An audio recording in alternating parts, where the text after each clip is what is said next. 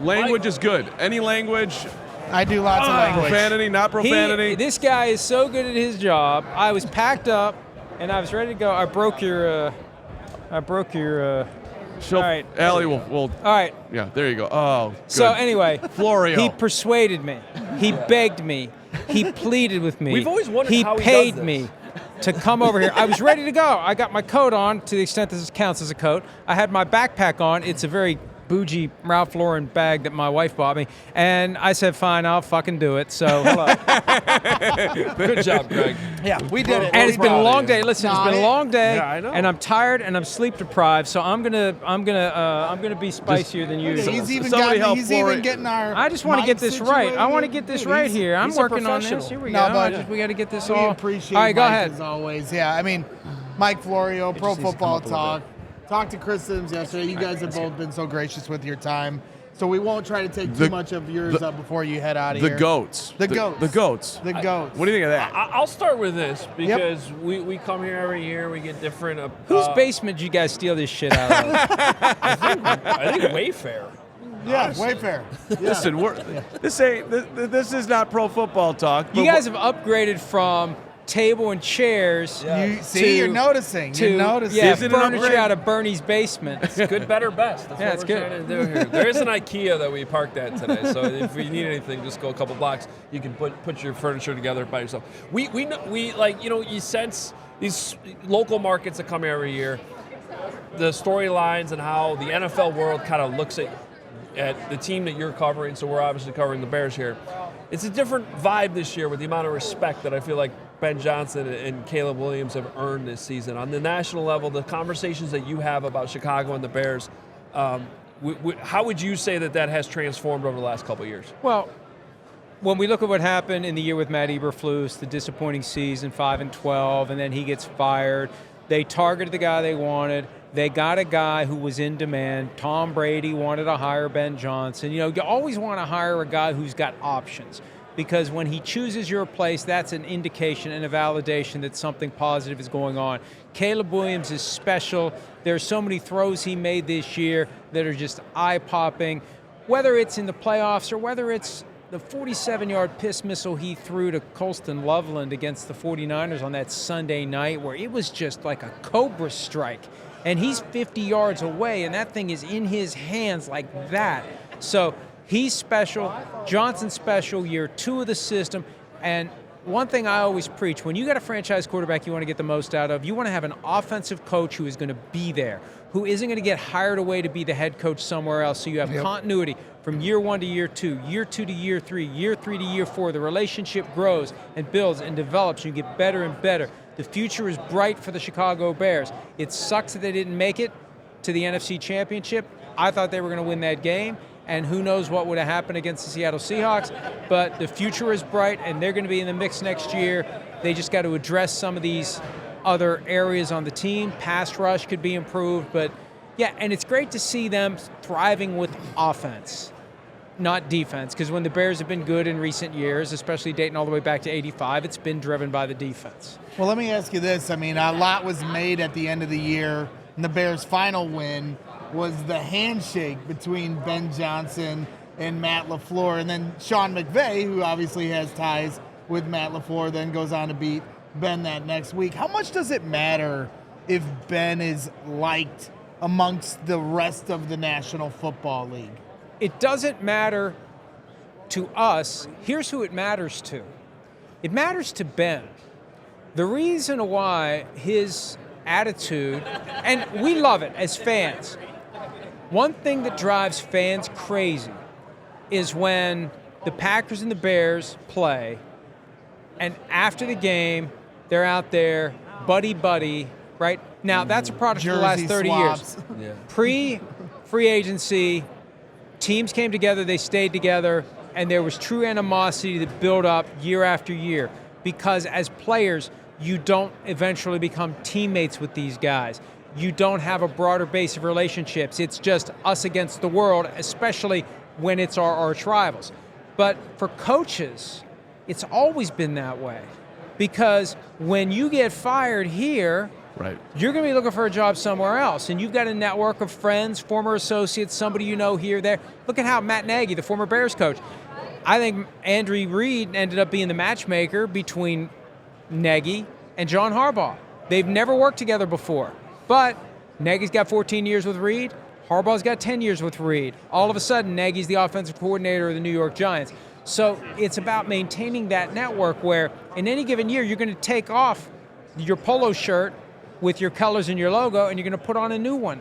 And it's about having a job. It's not about, I grew up a Bears fan. I grew up a Steelers fan. It doesn't matter. What matters there is you go where the job is. So what makes what Ben is doing so rare and ballsy, frankly, is he's pissing on the potential network of potential jobs he's going to need if and when he ever gets fired by the Bears. And it speaks to his confidence that, you know what, I'm going to be a head coach here as long as I want to be, and if I get fired, I'll go be a head coach somewhere else. I'm not going to need to call Matt LaFleur and ask for a job. So yeah, it is interesting. I thought it was, so Sean McVay then starts getting asked questions the week before the NFC Championship game, leading up to that game. Basically, how much does it matter that, LaFleur's one of his good buddies? Are you buying it or selling the idea that could actually spill over from one team to the other just because of the McVay coaching tree? I don't know that it spills over, but I would assume that Matt LaFleur spent some of his own time that week helping them come up with things, ideas, feedback. I mean, they had just played the Bears. Yeah. They had just played the Bears. I'll do anything I can to help you beat those dirty, no good, Ben Johnson, yada, yada, bleepity bleep. So I think that's where it becomes a practical impediment. You give Matt LaFleur motivation to spend time that week trying to help the Bears lose to the Rams. Your contacts around the league are super deep. Are you hearing anything along the lines that the Bears organization is run differently now, that it's a much more, put together professional organization? Well, I look at it this way. I usually only hear when things are going badly. So if I'm not hearing anything, then it must be doing okay. And it's hard to knock the Bears right now, given what they did. The proof is in the pudding, man. And, it's hard to say anything or think anything or come up with any critique of the Bears right now. Yeah, I mean, look, they need to get the stadium worked out, and they do have some roster issues they need to deal with, but when you got the quarterback and you got the head coach, you've laid the foundation to be a relevant, competitive team for years to come. Do you actually think that can you actually picture them in Indiana? Well, yeah, I can. I mean, could you have pictured the Chiefs moving from Missouri to Kansas? Well, the only reason I asked Follow the money, man. Follow the money. Yeah, the only reason I asked that is with you knowing different owners around the league. I only have gotten to know, not personally, but through the years of understanding George McCaskey. He is so much like a fan, that's definitely how he puts himself out there. Are other owners like that? Because, to me, that's the one kind of hard for me to get over that threshold of believing George McCaskey, who holds such a sentimental value to this organization, that he'd be willing to move him out of Illinois. If they're going to leave Soldier Field, then why wouldn't they cross the border to Indiana? I think leaving Soldier Field is a far bigger step than picking Indiana over Arlington Heights. That's what I think. I think the big move is leaving. It's funny, they had a tweet, I think the week after the Packers game, with an overhead shot of the stadium at night and how beautiful it is. You guys are trying to leave. Yeah. Don't tell me how beautiful this place is that you're trying to leave for a domed stadium. So I just think that once you accept the position that they're going to leave Soldier Field, Indiana, Illinois, as long as it's driving distance for the fans, they're never going to leave Chicago. But if they can cross the border and get a better deal, and that's what it all comes down to, what state is in position to cough up more free money to give the team what they want? The biggest reason in your mind that Belichick did not get in on the first ballot was? The biggest reason, not enough people like him. And I've heard some of the voters say it's ridiculous to think that people didn't vote for him because he was mean to the media or whatever, or there's some people who think because he's dating a girl young enough to be his granddaughter, they disapprove of that. Here's what it all comes down to. Anytime we are in a position to exercise discretion about someone, one of the most fundamental questions is, do we like them or do we not like them? Yeah. And are we able to set aside our feelings and make a rational decision? But what happens is, if we don't like them, then all of a sudden Spygate's a big deal. Then all of a sudden his record without Tom Brady is a big deal. And anything else you can pick at is a big deal. If you do like him, Spygate's no big deal. It doesn't matter that he is dramatically different without Tom Brady. And so, do you like him, do you not like him? And I think there's enough people that didn't like him that overcame the fact that he objectively should be a Hall of Famer. If you give me that menu of 5 options, Belichick, Robert Kraft, L.C. Greenwood, Ken Anderson, Roger Craig, if you only give me one, it's Belichick. The idea that at least 40 of those voters didn't vote for Belichick is an embarrassment to the Hall. It reflects poorly on the NFL. Yesterday, Roger Goodell was trying to say, we don't control the Hall of Fame. Yeah, he's on the board of directors. Like 6 owners are on the board of directors. You could control it if you wanted to, and maybe you should. Maybe there needs to be like one step before they vote. Like, hey folks, we're not going to fuck this up, right? We're getting Bill Belichick in the Hall of Fame. Sorry. We're getting Bill Belichick in the... Sorry, London, as we sound PFT Live. Yeah. We're getting Bill Belichick in the Hall of Fame. So Ben's not getting first ballot Hall of Fame. That's what you're saying. Yeah. But I am more on the side of, you're either in the Hall of Fame or you're not in the Hall of Fame. I get that there's a process sometimes and guys don't get in right away. But do you subscribe to this idea that like, some of these voters just think he'll get in the second year just because we gotta hold Spygate against them a little bit, because I don't really believe in that. Or whether it's, Vahe Gregorian of the Kansas City Star explained his position that the 3 senior candidates, Anderson, Craig, and Greenwood, like this is their last chance because they go back to the lab and they come up with a new crop of senior nominees next year, so they may not even be in a position to do it again. So let's vote for them because Belichick's going to get in next year anyway. And it's nothing against Belichick. It's just we want to help these guys get in. The whole process is bad. They need to tear it down and rebuild it. The NFL needs to take control over it. If the NFL is going to say we don't run it, well, you should run it, because somebody needs to be responsible for the shit show that is Bill Belichick not getting in. That's an embarrassment to everyone associated with the game that Bill Belichick didn't get in on the first try. So we'll let you get out of here and we appreciate the time, Mike. I'm just curious, like, when you go back to 2007 and Spygate happened, like what were you saying at the time? Like, does this guy still belong in the NFL? If you're like blatantly cheating with intent, placing video cameras to try to win games, I mean, if I was anybody else in the league, I'd want to kill the guy. Well, you know what I said back then? I said, well, he was stupid that he got caught because Eric Mangini warned him to not do it, because Mangini knew he did it because he did it when Mangini was in New England. And the hubris and the arrogance is what brought down the Spygate scam. I don't know how helpful any of it was, but they did it. And you know what? Newsflash, plenty of teams cheat. And the whole cheating thing drags down Belichick, because what happened was, as the Patriots continued to win championships, when owners would drag their coaches into the office for meetings that included questions like, why can't you beat the Patriots? The answer was, they cheat. Everybody cheats.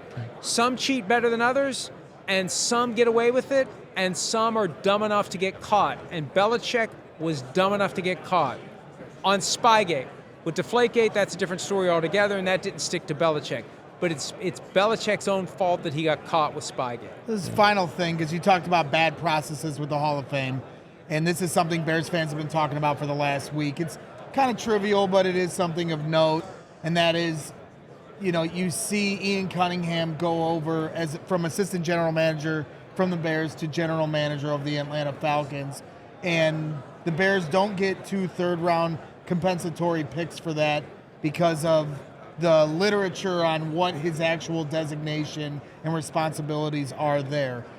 To kind of put it all together, there's been a lot of openings, whether it's OC, head coach, or GM this year, and very few minority candidates getting those positions. So is this process broken in the NFL? Because it's like 2 ways. Minority candidates still aren't getting, I feel like, enough of the jobs that are open, but then also if they have this process of awarding teams that are helping candidates move up the ladder and then not giving the Bears, it's setting a precedent for other teams to try to mess with this and change titles to keep other teams from getting picks, or is that a stretch? That's an unfortunate reality of a process that means well.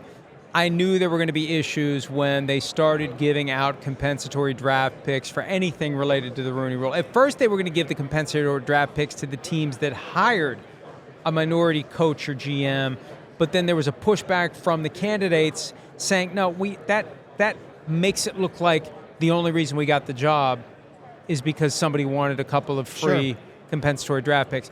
The fundamental problem with the Rooney Rule and NFL hiring practices is a complete and total lack of accountability when it comes to the chronic failures of the teams, individually and collectively, to engage in hiring practices that properly reflect the demographics of the players and the coaches who are available. The numbers speak for themselves. Tory Vincent, the NFL's executive VP of football operations, said 5-6 years ago, and it became a lengthy quote in the Brian Flores lawsuit that was filed 4 years ago on Sunday, the NFL has a historical problem. There is a double standard. The numbers are clearly off. But until there's accountability, until there's governmental oversight, fan backlash, litigation that doesn't get caught up in the court system for 4 years because the NFL spends time and money trying to force the case into the secret rigged kangaroo court of arbitration instead of just going to court and defending itself and accepting a bad outcome if that's what's required. There are roadblocks to accountability, and until there's accountability, until someone has to, it's like anything else with your business, right? If something you're doing costs you money or keeps you from making money, you change it. If we're not making as much money as we want because our product needs to be improved in this way, we improve the product. If we've got some issue with there's a hole out in the parking lot and people are falling into it and breaking their legs and we're getting sued. You know what we're going to do? We're going to fix the damn hole. So until they have to start writing checks for breaking the relevant state, federal, and if applicable, local laws when it comes to fair and proper hiring practices, until they're forced to do it, they ain't going to change a damn thing. That's the problem, the lack of accountability. See, Mike, you told us you were going to be spicy. And I'm pleased. It's only Tuesday, but I'm pleased to spicy report meatball that you definitely lead the week in colorful language so far, which I think is a good thing. Yeah. I think it's a good thing. Who's getting in the fight at the combine? That's what we got to figure out. Me. Here. All right. I just got to figure out who's ass I'm it going to gonna kick. be? I'm trying to figure out which of you three I could fuck up. No. Well, it's pretty easy. I do fight dirty, though. That's cool. And listen, I'm here to tell you, when you go down the road you just went down, I'm like Florio for president. So don't pick me because I'll elevate you. We need that. Threatened. I'm serious. Curl up in a ball like that so fast. Mike will lay it out in a fair and equitable way that very few people do. It's what I appreciate most about your content. All right, you're off the hook. Thank you. It's going to be one of these two. I'll Right figure it out here. by Indy. We got a few weeks.